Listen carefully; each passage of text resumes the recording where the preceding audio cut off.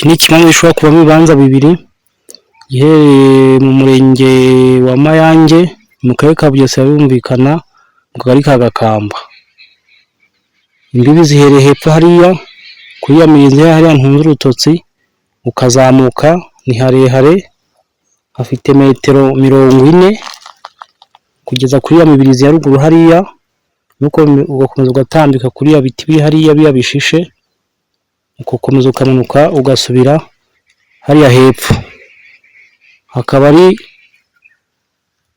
metero 40 kuri 13 yo ku buso metero kare 500. Metero kare 500 ushobora gucamo kabiri hakabamo ibibanza hafi bibiri. Amafaranga ni makeya miliyoni 3 n'igice ugahita uhegukana. Bibutsa ko ari umurenge wa Mayange mu Bugesera bw'Ubudasa.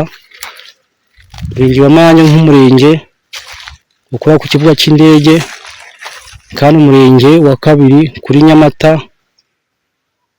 y'umujyi wa Bugesera. Iyo ni ipoto y'amashanyarazi iriya n'indi hari n'amazi. Ubutaka rero buri bugufi y'umuhanda ni miliyoni 3 n'igice. Mbibutsa ko uva kuri kaburimbo ugera hano ari kilometero 2. Ni ahantu hafi ushobora gukoresha moto ugakoresha amafaranga 700, igare ugakoresha amafaranga 400, wagenda n'amaguru ukahakoresha iminota 25 cyangwa se 30 ugenda gake cyane.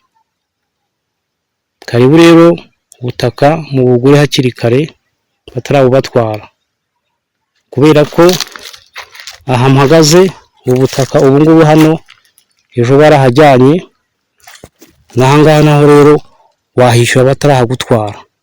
Murakoze cyane. Twa Professor Muhigi, gahunda nk'iyi nakagaruka. Imana ibahe umugisha.